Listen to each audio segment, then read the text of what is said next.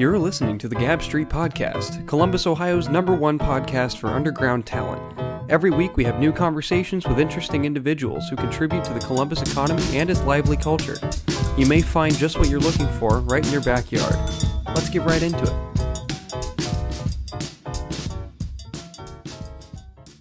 That's why I'm here. You know, I feel like this is an important time for me to be here on this day and speaking to you. Whatever forces that be gave us a building period.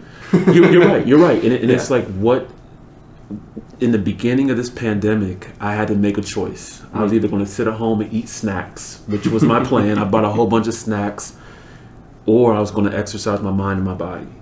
And so I bought my snacks anyway, but I made a conscious effort to go outside and exercise and run, and I lost 30 pounds. Nice. And beautiful. Yeah, it's beautiful. And it's incredible, but it's like what it taught me principle. Like, what are you going to do in a time of stress? Stress is always going to be there. But if I exercise my mind and my body, because I still have places I have to go. I can't allow this pandemic to stop my vision, to stop my heart, to stop my creativity, to stop my faith. And so I still have places I have to go. Well, to cover myself, chewing is still exercise, right? Absolutely. Still gotta go for the snacks, man. Still covers it. Well, listen, I've been doing some late night guilt eating myself, and so I'm slipping back into it. But yeah, I'm trying to do better. Like, I know that if I don't take care of my mental health, that things will crumble, and I'm going to crumble, and I don't have time to crumble. And so just trying to be very cognizant of where I am mentally and then where I am spiritually and just emotionally and all those things that I shouldn't be talking about as a man, that we generally don't talk about, but it's important that we break those things down. I agree with you. And I think there are two dimensions when it comes to the experience of having to stay inside most of the time now, is that a lot of people, for them, it may have hit like it did for both of us, where we were able to make this a building period. Yeah. And it hit us at a point where we were able to be creative. A lot of people are also worried that they aren't being productive enough. And I also like to emphasize that you don't have to be doing everything right now either. Absolutely. It's I look at it as you have to be very conscious of, I call it your be moment. Like, wherever I am in my present moment, not where I am, not where I've been in my past, not where I'm going in my future, but where I'm at in my be moment, in my present moment. Some days I just don't have it, and that's okay. Some days I need to rest. That's really the biggest learning experience of all in this pandemic. I've had to learn how to rest and not be so active, and not feel like I have to go out and do X, Y, and Z and provide, and just laying down on the couch and just watching TV. That's more of a mental, more of a tax than running 5 to 8 miles a day. And so, but learning how to balance it out. I think we live in a time of polarity in which a lot of people lack balance, myself included. And so if you don't have the principles of balance, you're always going to be off center. And so how do you find that balance of life in a pandemic, with social unrest, with unemployment numbers, with questions about this nation, questions about the world, and just how do you find the balance and the peace within it all? And that is something that I think people are struggling with. But if they could find one thing in the present moment that makes them happy, just start with the one thing and build off of that, then that's how you sort of create an appreciation for your be moment, as I call it. So, and in keeping with that balance, I think that this time period has been a very huge dissociation from a lot of institutions for a lot of people. Yeah. Where a lot of people are like, I'm in college, my classes start next week, all online right now. Obviously, we can't do anything in person. There's not on-campus housing either. But a lot of people, before all this happened, received their structure from institutions. Absolutely. And now, people like you and I, who mostly did beforehand, we're now having to structure ourselves. Yeah. It's a lot more work than people think it is sometimes. Absolutely. Because I think we use those institutions to give us value.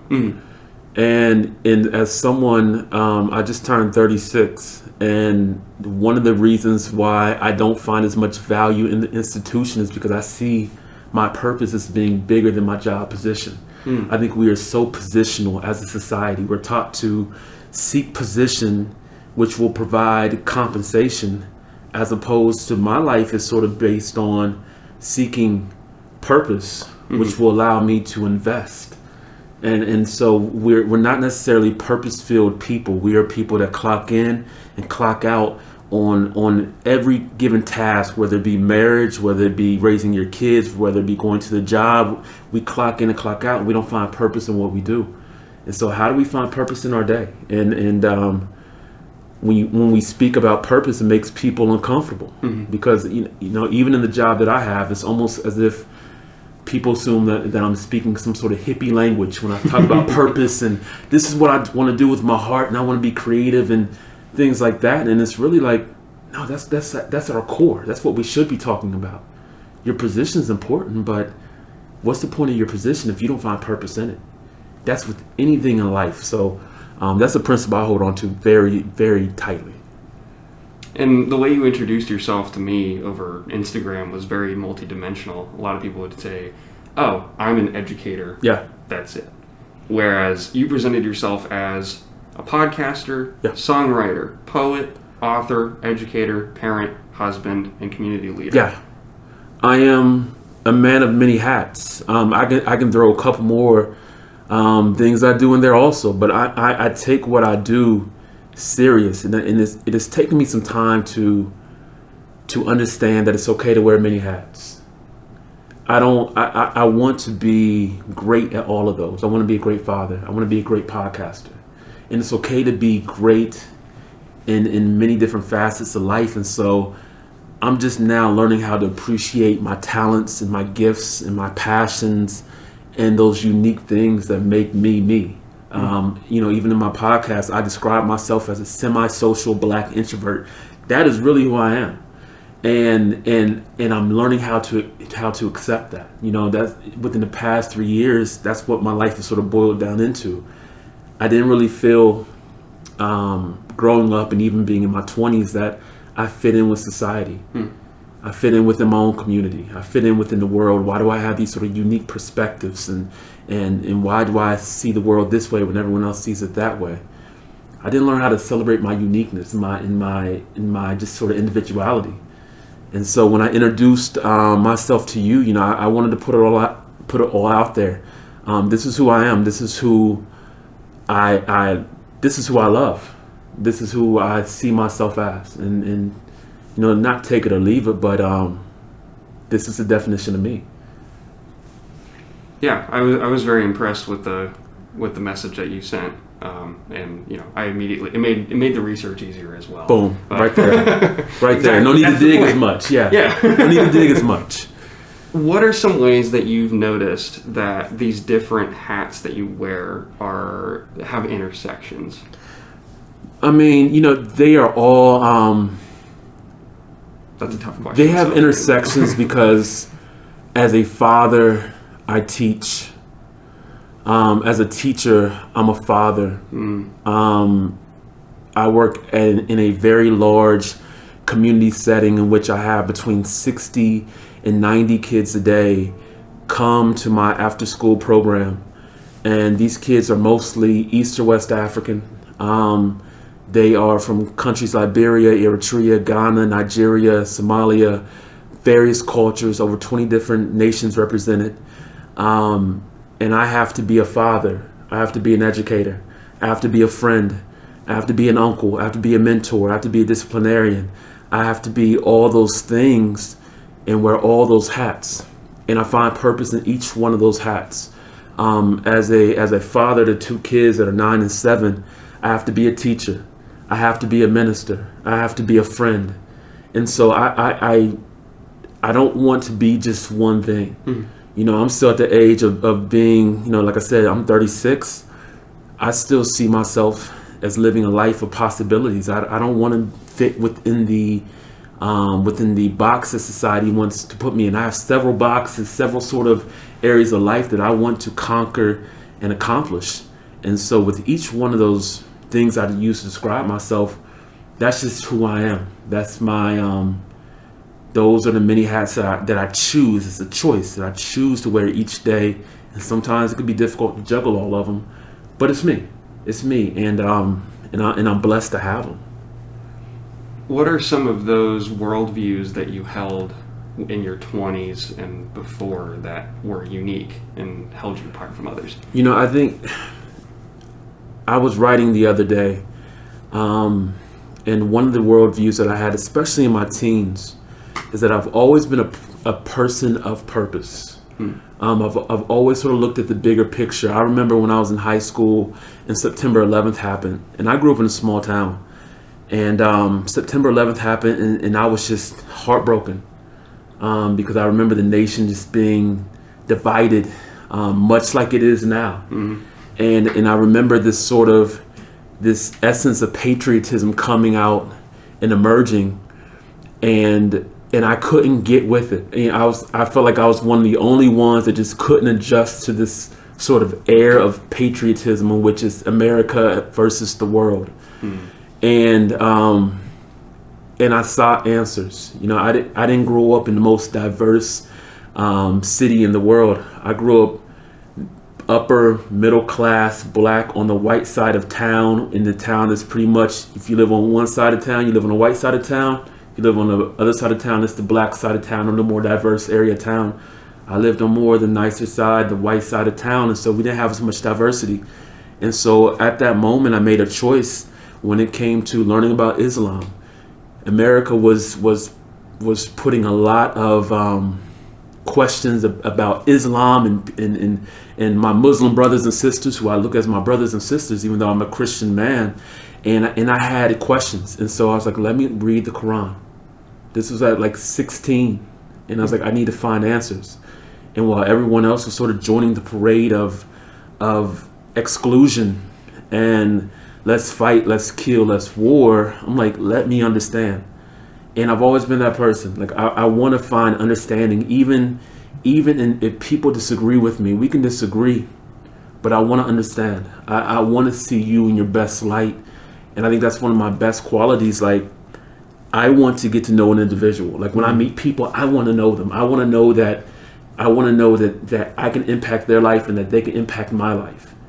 And I don't think a lot of people roll like that. And so in my teens, I don't think so. I think that we just want to get from point A to point B, but in between point A and point B, I want to see if I can make a connection, even though I'm an introvert, even though I am quiet and very observant. I want to know that impact can still happen in between point A and point B. And so that's how I live my life. And in my teens and in my 20s, especially now in my 30s, when I've left in my 20s, life had to be so concrete, in which everything was black or white, right or wrong, left or right. Now in my 30s, I'm able to exist into this gray matter, in which I don't have to be so concrete. I don't have to know everything. I can exist within the questions and be okay with not knowing all the answers, but walk in faith within the gray. So that's how I live my life. I like to think that I live the same way. Yo, please do. Like, it's tough to manage though, like, because there's no real definition. I think it's easier to live. Well, I don't want to say that either. I think it's more common to live in the black and the white, in which you have to be, in which your ideas don't change, and you could say, 20 years from now I want to think the same way. That's easy, but I want to change. I read somewhere that change occurs every 3 to 5 years. If I'm not within that change, there's a problem. I have a problem. And so I want someone to challenge my claims. I want to meet someone of a different faith, of a different sort of background, of a different sexual orientation, of a different, I'm okay with the different. I want to learn, and I want to be exposed to something that will make me appreciate and enjoy this life even more. And so living in the gray, people don't understand it. It takes faith, it takes vision, it takes heart. It takes people looking at you like, people have always sort of seen me as a weirdo, like, why do you think this way? It's because I make a choice to exist in this area, because I don't fit in and the black or the white, the left, the right. This is the space in which I feel most comfortable. It's kind of like redirecting water. I think the way typical human condition works is the human mind will flow like water to the path of least resistance. And typically that is absolutes.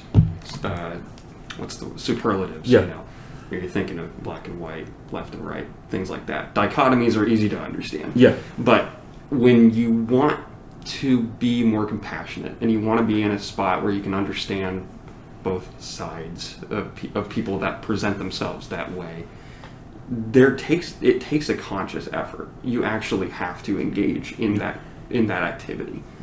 And I'm hoping one of the goals of this show is actually to eradicate that in this city in particular. Yeah. So a lot of people are not too fond of where we live. No. And there's like, weather sucks, whatever. But, I'm trying to present all of the aspects of the city here that are just as present in other cities and such that you might look to. I think Columbus is a city that I was born here, and I moved to a smaller town in Springfield, Ohio, which is about 40 miles away. Yellow Springs. Springs, yeah. That was sort of that's the Springfield vacation spot. When you need to get out of Springfield, you go to Yellow Springs. Hopefully you see Dave Chappelle. You go to Young Jersey Dairy, play some putt-putt, and walk around and see cool things. And so in leaving the city, I grew up in a small town in which the Ku Klux Klan rallied every year. Really? Yeah, this was in the 90s. Like, this isn't like in the 1960s. Yeah. And so my perspective of small town America challenged what I believed about big city America. Leaving Columbus and coming back, I see a lot of the same attributes of small town America in Columbus. Columbus has some growing that it needs to do. I see Columbus as a beautiful city, but it's a city that masks its sort of racist ways. And in small town America, to give you for instance, I grew up in a very nice neighborhood. However, when we moved there, my father told me, he was like, you can't go about 2 miles east because the Klan are burning crosses. And you can't walk down this street over here because there are poor people that will look at you walking down their street and your life could be at risk. And I was like, 9? These the conversations at 9 years old. Yeah. And so when I moved here to Columbus, I'm like, well, maybe, racism, you don't see it as much. Now you see it. It's just, instead of being called what type of language can I use on this podcast? Any you would like. Boom. Okay. So instead of being called a nigger, as I was at least 3 times a year, growing up where I grew up, and that happened for 20 years until I moved. So instead of being called that word in small town America, here in Columbus, it happened in different ways. When I walk into a place, instead of calling me a nigger, they'll just treat me like one. I was in the grocery store the other day and just minding my own business, and I heard a lady say under her breath, she told her daughter to stay away from me because I look scary. Because I had a mask on, just as everybody else does, just as we do. Yeah. But for some reason, I look scary, and I get that a lot. I get that, and I love this city. I think this city has some growing to do. I wish this city would embrace the cultures, which is why I think it's a beautiful thing what you're doing, bringing in different people to explain their story and their perspectives, because Columbus has so much diversity, yet it's pocketed and it's not celebrated as much as it should be. It's, you stay in your corner and celebrate, we'll stay in ours, but we'll tout diversity and inclusion, and it's not there in the way it should be. So kudos to you for doing this podcast and Thank you. Bringing people together and continuing the conversation to change. I appreciate that. Yeah. One guy that co-hosts this show a lot, his name's Aaron Snyder, also goes by Zay Crypto. he and I actually went up to Dublin around Bridge Park area, and we held up signs and protested on the corner of, I think it's Bridge Street in Maine or something like that, or the High Street in Dublin. That's right. And I didn't really know that much about Dublin. It had seemed like a pretty progressive town as far as I could tell. Yeah. And we stood there for about 3 hours. And at one point, this woman walked by us with her 2 kids. And a few feet away after they passed, I swear I heard her go to her kids, "Start walking faster, honey. Those are socialists." Boom. Yeah. Of course they are. Of course they are. Watch out for the dreaded socialists. It was hilarious to me. Like, are you serious? Yeah. And the number of middle fingers and the number of go homes that we received. Yeah. Just 2 guys standing on a corner holding BLM signs. It was nuts. See, and what's crazy is that, so if you receive go homes and middle fingers, like, I'm a white guy. Yeah. What do I exactly? get? Yeah. What do I get? It's not to minimalize what you experience, but it's like I do not equate the two at all. No, it's a commonality in some regard, because it shows that America will turn on whoever, and I've received the go back to Africa. Quote. That's been yelled to me plenty of times. Go back to where you came from. Like, I was born here, so I don't. I walk down the street. Yeah, I live right around the corner, so I don't know what you're talking about. And typically, my ancestors were here before you. If I look at our lineage, but that's America, and it's a shame that we don't have the element of reflection necessary to see this nation for what it is. We want to see the perfection of this nation, and we want to see the freedom element of this nation, and yet we choose to overlook the enslavement.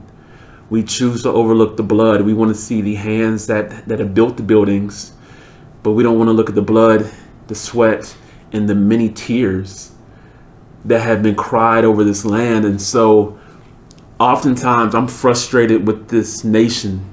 And when I say that, people are like, well, you're un-American. Why go somewhere else if you're not happy with this country? And that's unfair. It's unfair that just from the element of being a black man and knowing that my ancestors were beaten, killed, raped, hung, received no compensation, hunted for the next 100 years post-slavery.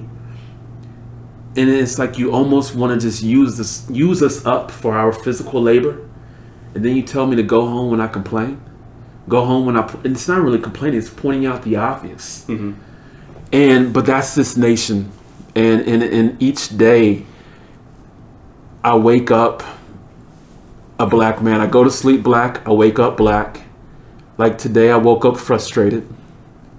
And that's just part of this experience and part of the weight that you carry each day in this minority experience. I left the house today and I had to remind myself, and it's like a random thought. I'm black. Be careful what you're doing. It's like I'm warning myself. When I go out and run at night, my wife doesn't tell me good luck. She tells me to be careful. Like no good luck on your 5 miles. Be careful because I want you to make it home. And that's this land. I think that's part of the conversations that people don't want to hear. They don't want to hear this conversation because people aren't comfortable dealing with black emotions. We're not really comfortable dealing with emotions in general, but let alone black emotions because it makes people look in the mirror and see that perhaps this nation is not what it is to everyone. It may be for some people, but it's not what it is to everyone. And I have a great life. I make good money. I have a nice house. I have nice cars. I'm successful. And yet, I woke up this morning ticked off. Like it's there's so many different levels to this American experience that this history that this nation has chosen to overlook when it comes to its history. We've wrapped history up in such a fine box and put it in the back of the closet, never to be exposed. But when people expose, it's like, put it back, because we can't deal with it when really we should, and we need to. We need to deal with this. So, yeah, this is a tough time to live in, but it's such a time of purpose. It's such a time of, what are you going to do while you're here? I firmly believe that this is a perfect time to either be faithful or fearful.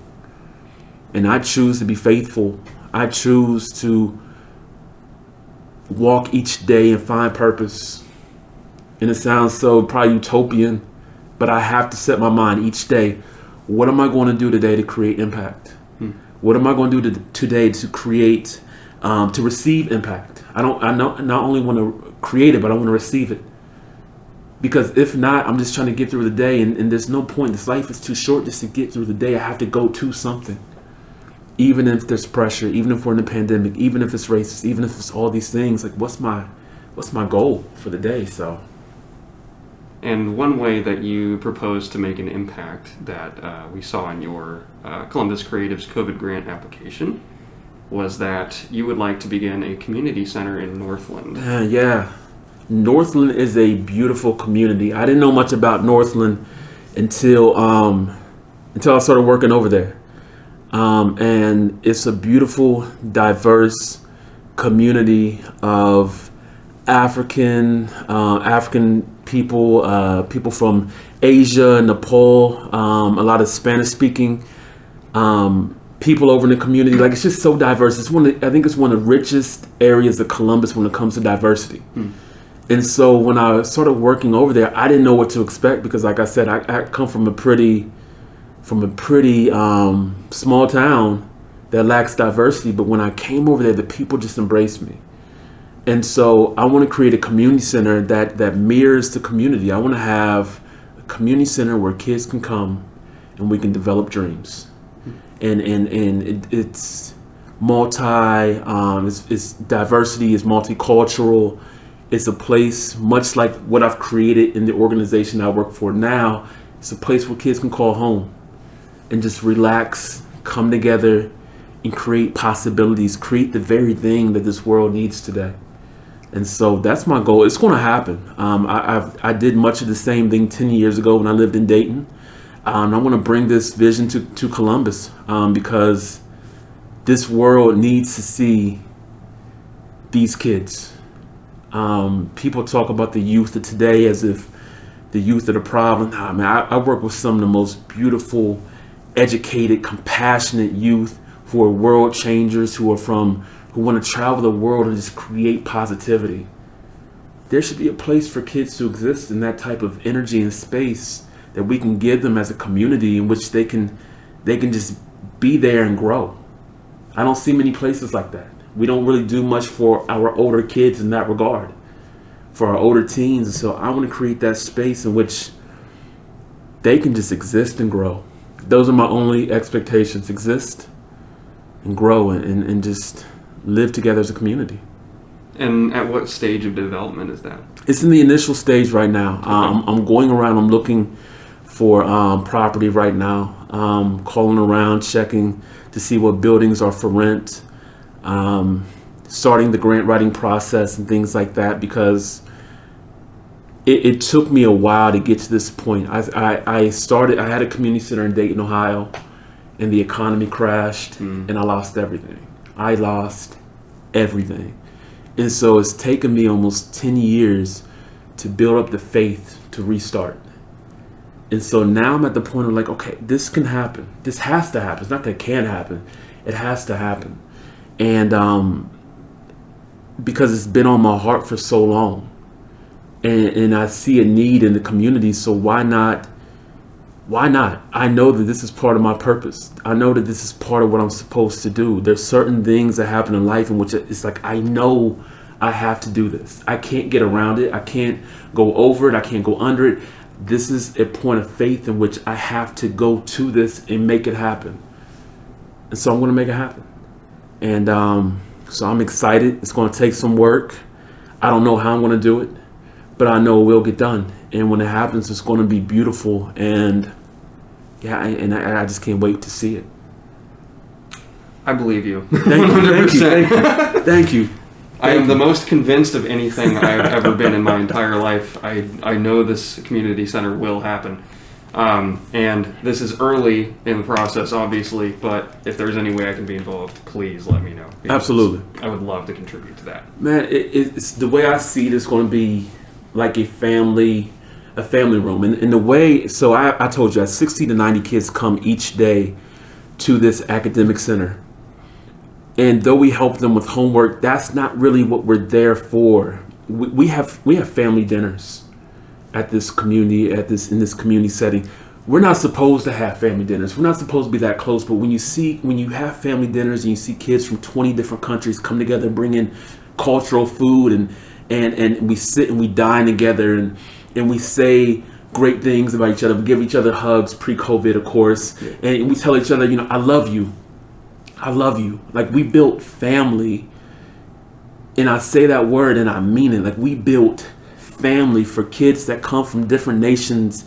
Some kids come from refugee camps, and they had to leave their parents behind, or they're only here with one parent, and they don't have a relationship with that parent, or they didn't leave their siblings behind in other countries. And so when they come to our center, they find family in the place that they probably least expected it. And it's beautiful. I tell people, like, I have 2 daughters. I call them my daughters, who they're twins. I met them 6 years ago when they were 2 weeks removed from a refugee camp in Kenya. And they spoke very little English, and yet we communicated anyway. And we communicated more so body language and just with the heart. And I told them when I first met them that their words are going to change this nation. Their words and their heart are going to change this world. They graduated last year as valedictorians of their high school class. Very nice. They are Muslim women, and yet they call me father. They have their father, but they call me father, and they come to me for fatherly advice. They call me and say, "Mr. Aaron, tell me what you expect of me." Like, this is just out the norm. Like, I am a black dude with earrings. I'm everything that they should not necessarily embrace. But they said, "Mr. Aaron, tell me what you expect of me. Tell me what you see in me." That's just like, why me? Why me? But that's what they do. And so I tell them, as a father would tell their daughter, like, this is what I see in you. This is what I see about you. This is, and they soak it up and they always say, "Thank you, I love you." Like, that's what I want to create in a community center on a bigger scale, on a scale that this community and that this world needs, man. We need stuff like that. And it's going to happen. It's going to happen. I'm getting excited just thinking about it. I am as well. Yeah, man. I'm like, good God. It's crazy the amount of good that can come out of merely putting the slightest amount of effort into trying to understand someone. Yeah. And hearing them out. Yeah. Sometimes the bravest thing you can do is be the first person to show respect to another person. Mm-hmm. So you're letting your guard down in that point, But I think that's necessary for everyone. It's the thing. It builds the most beautiful elements of this world. Because it puts people at ease. I look around at the place where I work, and it's like we have so many different people speaking so many different languages, and it's like a mini United Nations. Because but people don't connect. When I first started working there, people connected upon the culture, and so they would only sit according to their culture, where they're from. I changed all that, and so now people connect upon their heart. You see kids from Ghana sitting with kids from Nigeria, sitting with kids from Ethiopia, helping kids from Eritrea.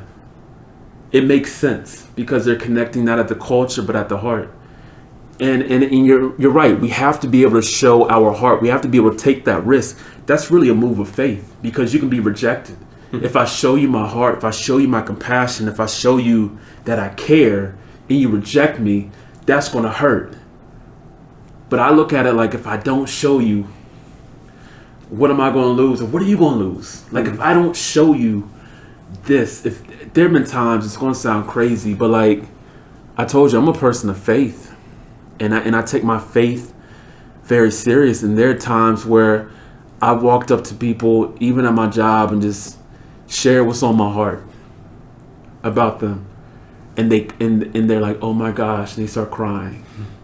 And in those, like, the moments that I know exist in the day, like those moments of extreme impact where it's like, I know that this is a life-changing moment. If I don't do it, they're gonna be missing something. And so I believe life is filled with those moments of impact. Like, whose life can you change today?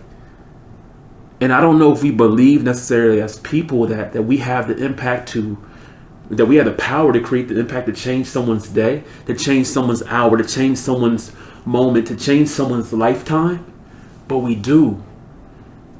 And we got to look for those moments to create that type of impact to change the overall trajectory of someone's life. And I believe in them. Because I know they've happened to me. There have been some low moments in my life where people pulled me inside and just poured into my soul. And they saw things in me that I couldn't see at the time.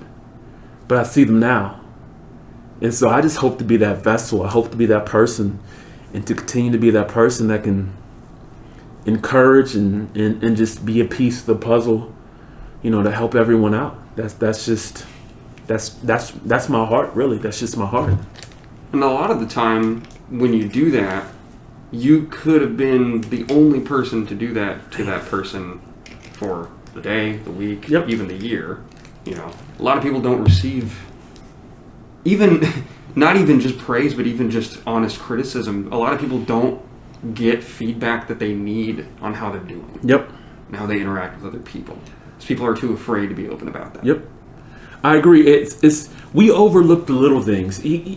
One of the things I value is just acknowledging people. I know what it's like to go into a store and not be acknowledged.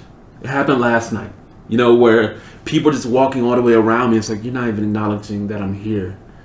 So when I go to stores and when a person says, hey, how are you? I tell them, I'm good. I'm doing fine. How are you doing today? Because I want them to know, thank you for acknowledging me, but now allow me to acknowledge you. In my line of work as an educator, these kids are so brilliant, but they come to me with small things. They say things like, well, Mr. Aaron, you're the first person to ever tell me that you're proud of me. Like you're 16. How did you go 16 years without someone telling you that they're proud of you? You're the first person to tell me that you love me. You're the first person to, even last year, you're the first person to bake fresh cookies for me. Like something I take for granted, like, oh my gosh, I'm just baking cookies. I do it every Friday. I make cookies. I make chocolate chip cookies. I'm just bringing them in. I didn't know it was the first time for some of these kids to have fresh cookies, and they will always remember that Mr. Aaron brought in fresh cookies, and that's life-changing. Yeah. And they'll probably do that they'll do something like that for their community, their kids. And so we don't know what people experience throughout the day. We don't know if at the moment we say hi to people and say, hey, how are you? That could be it. That could be the moment that just, how are you doing? That's the gateway for them to explain, like, this is how I really am. We don't know that thank you or that have a nice day or, you know what, I really like that necklace. Or we don't know what those moments do. But we have to believe that we have the power within to really create those opportunities to change lives. We have so much in this world that is going on that we feel like we're powerless to. But if we found the power within, man, this world, this community, our families would change. And I firmly believe that. Maybe I'm just someone who believes in hope, but I do. I believe that we can create positive change. And some of those exchanges that you might have on a daily basis, where you'll go into a store and say, "Hi, how you doing?" Sometimes those clerks have not gotten that from other people as well, and that exchange can kind of act as the eating snacks on the couch moment. Yeah. Because a lot of people are grinding really hard every day just to make it, at all just to make rent. And then they don't have a lot of mental energy left after that grind. Yeah. And, a nice high that's like a battery being put in, Yep. That can really bring a lot of mental energy back. And that mental energy is then used to do the same thing for other people. Absolutely. I call it's turning those moments into momentum. It's turning those moments. We are a nation of monuments. We exist around the same monuments of pain, and so we just continually just circle around them. But if you learn how to turn those moments into momentum, and really that momentum to create a movement, that's when things change. Like I believe it's a my phrase is like, yo, I appreciate you. Like when I tell someone like I appreciate you, like I really believe I appreciate you, not where you've been, not where you're going to be. I appreciate you. When I tell my students, yo, I'm proud of you, it's not that I'm proud of you of where you came from, or I'm proud of what you'll be in the future. No, I'm proud of you right now. And people need to know, like we really do. We have so much of a mindset to get from point A to point B. I'm just trying to go to job and get paid. Now I'm trying to go to work and invest. That's a completely different mentality. I'll get a paycheck, but if I'm at work, what am I doing to invest in people? What am I doing to invest in the community? What am I doing to invest in self? We have to change our minds when it comes to our purpose. Which one do we hold greater, our purpose or our position? Do we hold our paycheck greater in a greater regard than we do our personal investment into community, others? Like which one do we sort of worship? So, which goes back to sort of my hippie sort of mindset, like, oh my God, Aaron, it doesn't make sense. But in my world, it makes sense. It makes complete sense to operate this way. I want to make a little bit of 180 here. Yeah. As a podcaster myself, and listeners, if you aren't interested in this, you can skip the episode now. I understand. But as a podcaster, I have to ask you a few nerdy questions when it comes to, because I don't get to interview other podcasters very often. Okay. So some questions in that vein. First of all, who is your personal target audience? My target audience, generally my podcast is leaning toward leaders between the age of 16 and 45. Okay. My podcast, the first episode I did was called Summer Thugs, and I expected this podcast to be a sort of a Dave Chappelle, Charlie Murphy, True Hollywood stories of just my random adventures as a semi-social black introvert in America. So I did this one episode, the first episode, which you can still find on the podcast, which was talking about Columbus gangs and how they went to the swimming pool and they did like dives with the diving board, and it was beautiful. I didn't know the gangs could swim. And so, just to see the certain gang just do backflips, and it was almost like synchronized swimming. I was like, I didn't know gangs is synchronized swimming. But my podcast shifted that next week, and I started talking about matters of the heart and my core values of leadership. Because what I ultimately want to do as an educator, even when I go places and do motivational speaking, when I go to churches and I don't like using the word, but preach. No, I think that's overused word, but we'll go with speak. Sure. It's about leadership. It's about preparation. It's about finding your destination in life. It's about separating from the things that are holding you back and moving forward in your purpose. Like I'm about leadership development. Some of my episodes are tough. I dropped an episode last night that is tough on the ears because it's talking about the current climate of America. It's all leadership. It's all leadership. I want to help develop people in a way that they can be assets in their lifetime. And so if you're a leader, if you are someone that is looking to lead a community, lead a family, lead yourself, my podcast is catered toward those individuals. I mean, I have people all over the world. I didn't think that people would listen to a semi-social black introvert from Columbus, Ohio, talk about life. But when I get messages from Japan or Australia, it's like, I didn't know. Places I've never been, but I want to go.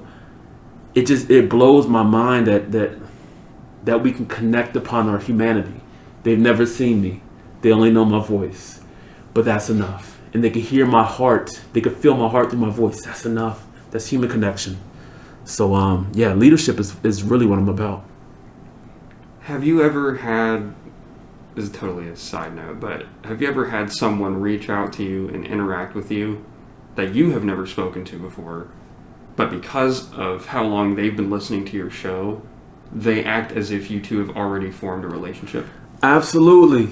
And because I don't know how many, I checked the stats, but people know way more about my life than what I know about theirs. And so it's amazing. It was like, on episode 23 you talked about, and this really resonated, and episode 45, I'm like, I don't even remember episode 23 or episode 45, but you do. And thank God that you do. Like, when people hit me back with that type of information, that type of dialogue, I am so appreciative. I thank my guest my listeners every episode. I thank my guests too, but my listeners every episode, because I'm humble. You could be, I say you could be anywhere else, but you're choosing to spend time with a semi-social black introvert. And I appreciate that. And so it's amazing, man. People know about, my family, my kids, my dreams, my aspirations. They have more of a grasp upon my episodes than I do, because as soon as the episode comes out, I'm thinking about the next one. Yep. I'm thinking about, okay, I got to do this week, or they're stuck on what I just talked about. Mm-hmm. And that's beautiful. People can use some of those random words or random phrases and it can impact their life. More power to you. And that's what I'm here to do. Having hundreds of hours of your own voice on the internet is a surprisingly good mirror to look into. I have noticed. Yeah. When people reach out to you about things you said, you're like, I did say that, didn't I? And then, because this is episode 81 of this show, mm-hmm. and people will still bring up to me things that happened in episode 36, episode 5. Yeah. And then I'm reminded of things about myself that maybe I had forgotten, and then I can remember again and tap into and maximize. Yeah. So it's a really, and I don't get to have this kind of shared experience with someone very often. So it's cool to see that someone else is having the same effect. Man, it happens, and it's beautiful. It's there have been some episodes that I've regretted deep down in my soul. Mm. I recorded one episode. I'm like, oh my gosh, what I just say all that? I was too transparent. And then 2 hours later, someone would hit me up with a message like, I needed this. I needed you. Thank you for your honesty. Thank you for your transparency. And examples. So I dropped an episode called Husbandology, in which I talked about the sort of the vulnerability of men in marriage, and the up and down struggles of mental health, or just seeing yourself, how you see yourself as a man. I didn't know. In my 20s, I didn't see myself as a man. People told me I was a man, but I was trying to live up to this image of a man, as opposed to just being who I was. Yeah. I'm a man, but I wanted to be this guy or have these attributes. And so I suffered in my 20s because of that. And so, I did a pretty decent job of bearing my soul on that episode, talking about my struggles and how it took me years to come to a point of accepting who I am. Semi-social black introvert who can't check his oil even at the age of 36. I don't know what I'm looking at when I'm checking my oil. Who likes women's fashion, who's married to a beautiful wife. I have 2 kids. I find joys in reading and watching documentaries, and I'm a hip hop nerd. Like, I'm embracing all of that now in my 30s, because in my 20s I didn't embrace it. I wanted to embrace, and so I used that episode, and I was like, and I woke up the next day, I was like, oh my gosh, what did I just do? I had a mind full of regrets, and this woman in Japan, she hit me up with the message like an hour later saying, I listened to this episode and this mirrors an experience I'm going through with my husband right now. And so thank you for sharing your perspective as a man that has struggled and that is gaining his identity and taking his identity back. And it was beautiful, man. And so there are episodes like that where it's just like, I can't believe that was supposed to happen. My regrets were a sign that my fear of, oh my gosh, was I too transparent? That's now I look at those moments as a sign to keep going forward. I spent the first really 15 episodes I tried to quit my own podcast. I tried. I was like, I don't want to do this anymore. I'm overwhelmed because I'm being too transparent. And what I learned is that people like that. People like honesty. People like authenticity. And I had to get used to hearing my own voice and hearing, as you said, it's a mirror, looking in the mirror and be like, oh my gosh, now everyone can see the good, the bad, and the ugly of me. But it's a beautiful art. And so it is podcasting is an incredible thing. I was talking to a friend yesterday about podcasting, and I know that there are job opportunities that I won't get because of my podcast. I know that someone's going to listen, and someone that people have listened to my podcast and be like, I can't hire him because he's too extreme, because he's too black, because he wants too much change, because he's too radical, because he cares too much, because he's too empowered. I've heard that so many times. I'm too empowered. Wow. Which is incredible, but it's crazy. But sounds like an oxymoron. I don't know if we live in a society that wants empowered people. I've been told I am too empowered, and that's too intimidating, and you can't mold empowered people. Therefore, I'm a threat. And so, but each week, and each week, I'm like, should I just stop the podcast? Do I want to continue and create? But I have to move forward in faith and understand that doors will open because of this podcast. Yeah. Wow. That's where I am. Yeah. Yeah. It's a process of less other people willing to hire you and you wanting to hire yourself. That's what it is. That's what it is. Essentially. And to go back to the topic of regretted episodes, we have different types of regrets on this show where usually it's not me saying anything, so I'm recused. But we had on. Do you know who Morgan Harper is? No. She ran to represent the 3rd Congressional District of Ohio. No, I know you're talking. Yes, yep, yes, against Joyce Beatty. Mm-hmm. And we had her on episode 36, and I had, who I mentioned earlier, Zay Crypto, co-hosting with me.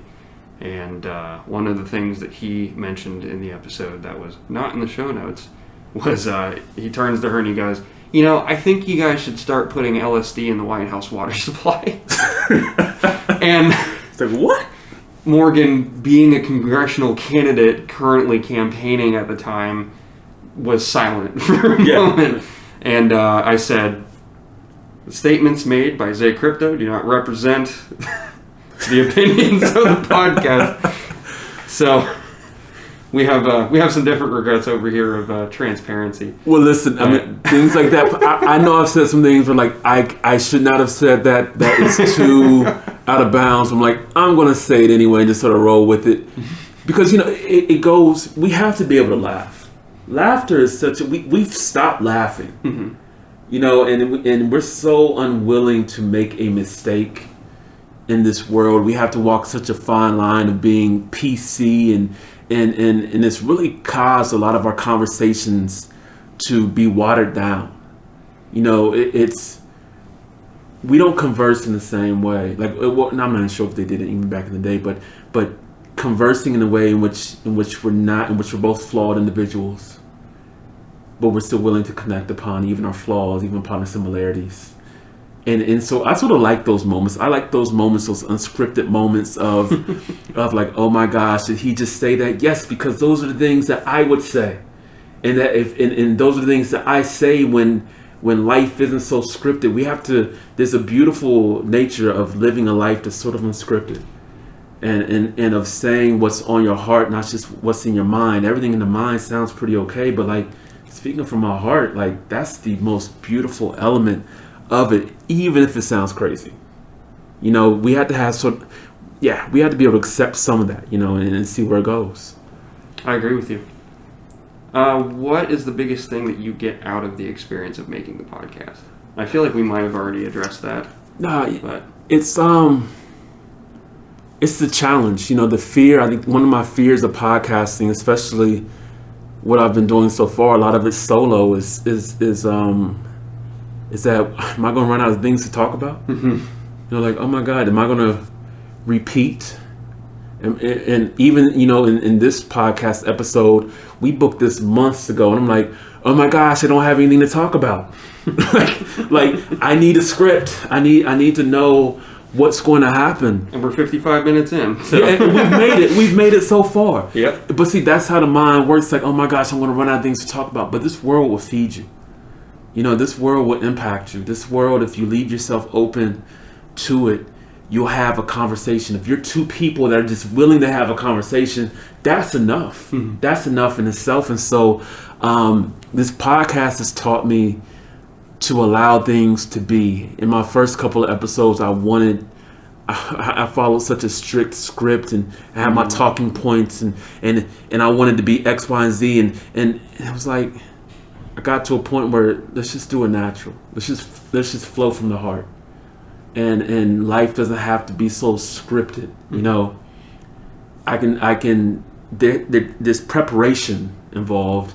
There's so much mental preparation. I know that this is something you feel too. The mental preparation of podcasting is incredible. It's not just sitting down and having an hour interview. It's what questions, what am I going to prep? It's the studio, it's the sounds, you think about it as soon as you're done with the next episode. Yep.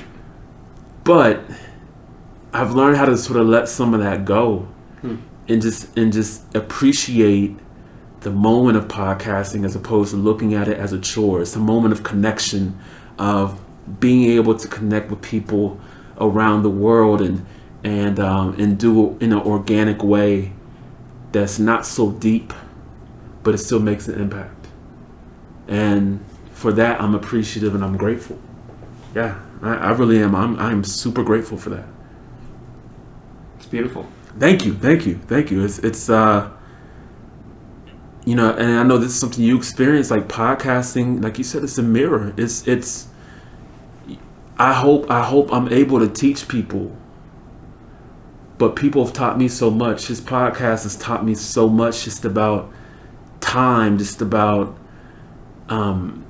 impact, and about, you know, how do I see myself. I didn't think I had this much influence, but now that I see that I have it, it's like I'm going to grow it. Mm-hmm. And I'm not doing it to be a social media influencer. I'm doing it to be a person that invests in people, and that's a beautiful thing. So the podcast is a teaching tool. I recommend people try it. Do it. You'll hate your own voice for the first like 10 to 15 episodes. Yep. You'd be like, I don't sound like that. That is definitely your voice. But the beautiful thing about accepting your voice is that you accept yourself. And it starts with your voice, being able to hear you, and the dread of listening to your own voice is like, oh my gosh. And you realize, like, I love myself. Mm-hmm. I love my voice. This is who I am. This is what's been given to me. I think we should destigmatize the phrase, he loves to hear himself talk. You're right. We need to destigmatize that, because you should. Yeah. Honestly. Yeah. Everybody takes it as conceit, you know. You're right. If people take it as conceit but people will celebrate. People will celebrate. Like, if I don't like to hear my own voice, and that's the norm. We always have to devalue ourselves in order to be humble. But really, that's not humility. That's just devaluing. Mm-hmm. you have these gifts. I used to think I write rhymes. I'm a hip hop nerd. I used to think that everybody could write rhymes. I'm like, everyone can do it. This makes no sense. All you have to do is just do X, Y, and Z, and you have your verses. You have your. And my wife was like, everyone can't do that, Aaron, because that's one of your talents. And I didn't appreciate my talents until I was like 30 years old, because I assumed people could do it. And that's not humility. It's a false sense of humility. We have to value ourselves. We can't value other people until we value ourselves. What do I bring to the table? I bring my voice. I bring my heart. I'm a person of vision. I bring vision each and every day to the table. A willingness to learn, my mind, my intelligence. If we devalue these things, we'll never fully bring ourselves to the table. We'll always hold back. And if we hold back, we don't get to create the type of impact that we need to have on this earth. So I try not to hold back. It's a lesson I have to learn each day of trying not to devalue. I did it last week, and my student told me, she's like, Mr. Aaron, you're watering down who you are. I told her, I was like, I told her that there's very little I could teach her academically. I was like, you're way smarter than me. I was like, she's a straight A student, and I was like, there's very little I could teach her academically. She was like, Mr. Aaron, you're devaluing. You're watering down who you are. You're watering down your impact. And it's like, you're right. I am intelligent. I am very smart. I have a beautiful mind, a creative mind. I have to learn how to not devalue. So yeah. And a lot of the time, that value that you bring to yourself doesn't come through in things like GPA or grades. Yeah. A lot of people are being judged by their ability to climb a tree when all they have are gills and whatever I'm thinking of. But that's real. Fins. That's what I'm trying to think of. That's real. Yeah. We're taught. So those those things, the GPA and SAT scores. I know people in their 30s that talk about SAT scores. You haven't taken the SAT or ACT in years, but to you, that's your value. Mm-hmm. That's your value to the person that still touts their GPA. Listen, beautiful thing to have a great GPA, but how much value do you hold in that? Mm-hmm. It's 12 years, 15 years later. What does that mean for you now? In being an educator, I sit with students who and work with students who start preparing for the SAT in 6th grade. Yep. And it's like, you're not even enjoying being a student. You're not even enjoying your middle school years. You're in 6th grade, but because you come from a family that in which you are the trailblazer, because you come from a family that in which you're a new American and so much is riding upon you, and that you have to create a legacy that will last, and the stakes are so much higher than you're preparing. And so these kids will prepare for years, and by the time they come to take the test, they are so nervous. They're like, if I don't do well, everything I've worked for will crumble. Mm-hmm.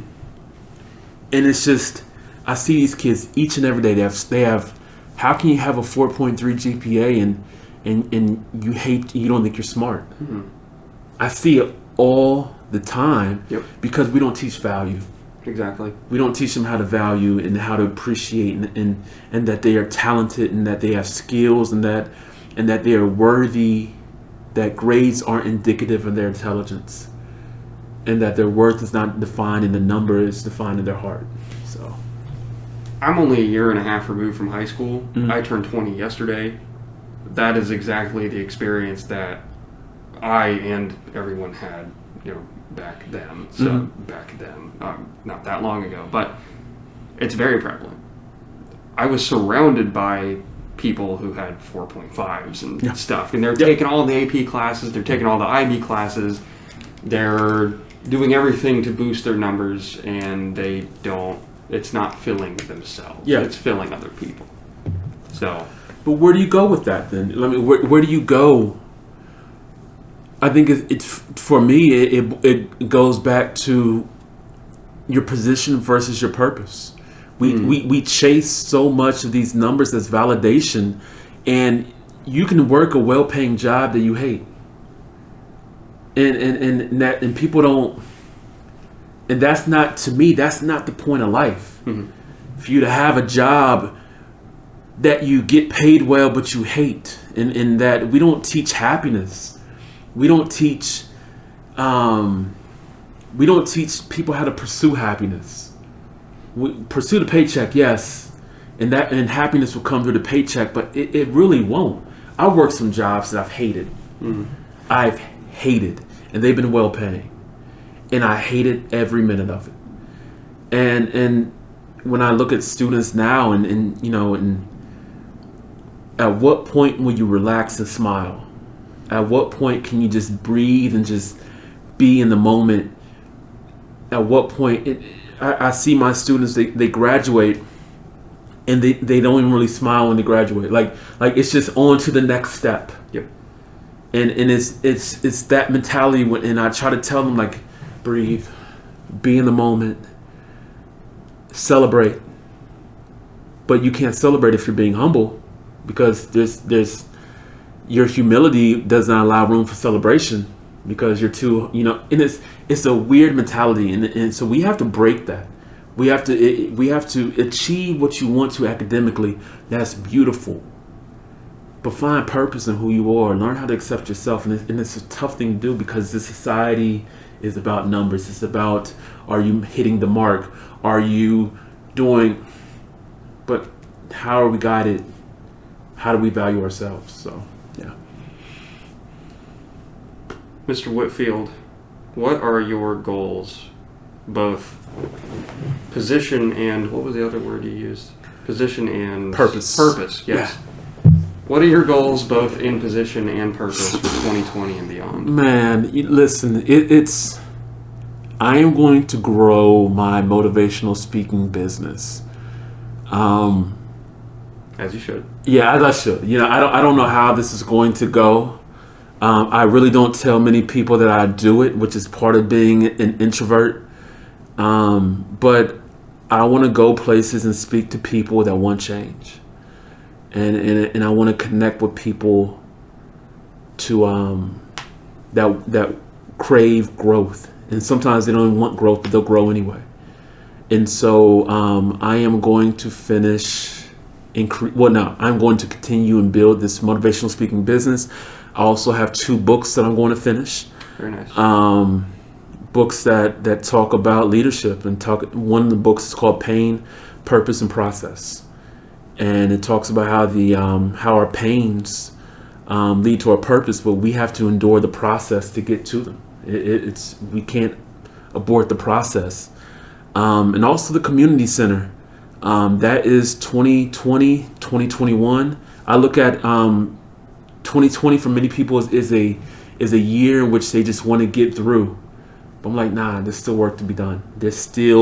We have like 4 months left. Let's build on 2020 and create further in 2021. And so, and more importantly, just grow within myself. I'm a 36-year-old who is still learning in life, learning how to embrace life, learning how to allow life to embrace me. And so I'm open for growth, and I just want to continue to grow and get better. Whatever better is, I'm down for it. And so just to increase that experience. When those books come out, please let me cop and put them on this. Put them on the shelf, please. You got a spot for me on the shelf, okay? Of course I do. Okay, it's gonna be. I was typing some of the book last night, and I was talking about my experience growing up in school, and I was stressed out typing, and I started eating my snacks, and so that's how I know it's a good book. Whenever I'm getting all that stressed out and I was eating snacks. It's like, oh my God, I'm stress eating, but I can't stop. But yeah, whenever the books come out, I have to get them out. I have to. I've been sitting on them for too long, and it's time. And it's a beautiful thing to have time, and to realize it's time now, but it's time. So yeah, that's what I want to do. And I also want to drop an album. I don't know how this is going to happen. All right. I tell people, like, people don't know I rhyme, but I do. And so I don't know how that's going to happen either. So maybe you have, room somewhere on your computer for an album too. I don't know. Yeah, of course I do. Yeah, but we'll figure that out too. But I do. I want to challenge myself creatively and expand who I am creatively. I lost a lot of my creativity in my 20s. I've gained it back, and thank God that I gained it back. So now what am I going to do with it? I'm going to create and then create beautiful projects for people. How can people find and support you in this creation? Oh man, check me out on any major podcast streaming services. The Semi-Social Life of a Black Introvert podcast. You can find me on Apple, Instagram, anywhere, and just listen to the episodes. I have a couple favorites. DM me, but I think they're all good. I think they're all good. I think you can all of them, you'll gain a perspective on life. And so also get at me on Facebook under Aaron Whitfield. I'm here. I'm available. I would definitely communicate back. And if you're ever looking for anyone to speak as a motivational speaker, please hit me up. I am more than willing to come wherever you are. Zoom, Skype. I'll send a smoke signal. I will do whatever I can to communicate with you, so I'm always available. That's right. I have some pigeons too, and we can definitely Morse code. I'll do it all. Message in a bottle, whatever it's got. Whatever's necessary, and we can make it happen. But I'm available for the people. Absolutely. Beautiful. Do you have any last minute shout outs to make before we wrap up? Nah, man, just thank you for this opportunity. Like I'm appreciative driving up here. I was like, what are we going to talk about? But I had to rely on this is a day of purpose. And our conversation is purposeful. And so I appreciate you for allowing me to come here and just share my heart, and we can communicate just as people should. And that's a beautiful thing when people can just sit back, have a conversation, first time meeting, and create connection and spark change. And so we've made impact today. What a beautiful thing to create impact. And I appreciate you for the exact same reasons. Oh man, thank you. Thank you. Everyone, thank you for listening this week. Thank you for checking out last week's episode about the CCCG, the Columbus Creatives COVID Grant. As of today, we have not recorded that episode yet, so we'll see what that is. You go back and check it out. But we'll be back at you next Wednesday morning, just like every week at 6 a.m. with more interviews for you. And thank you for listening this week.